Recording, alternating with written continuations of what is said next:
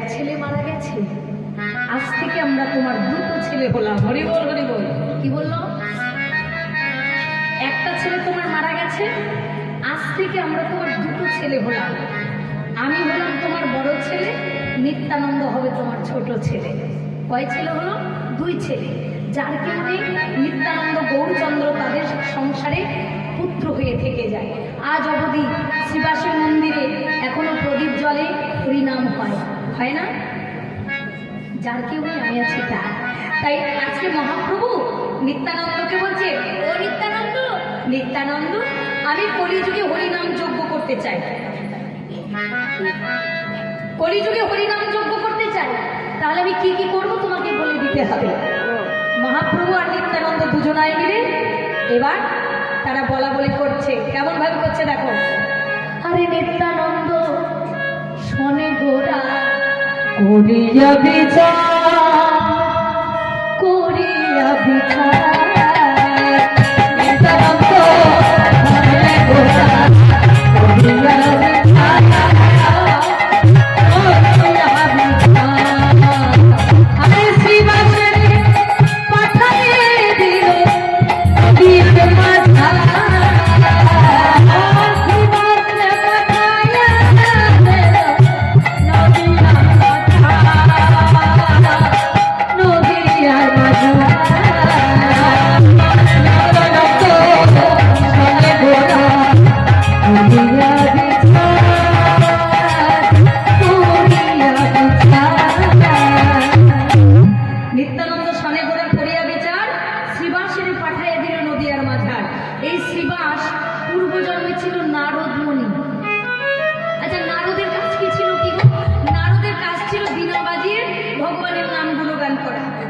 সেই শ্রীবাস প্রত্যেকদিন ভগবানের নাম গণগান গাইতেন। আর মহাপ্রভু বলেছেন, তুমি দাপর যুগে হরিনাম আমাকে শুনিয়েছ, আর আমি কলি যুগে তোমার ঘরে হরিনাম সর্বদা গাইব। হরি।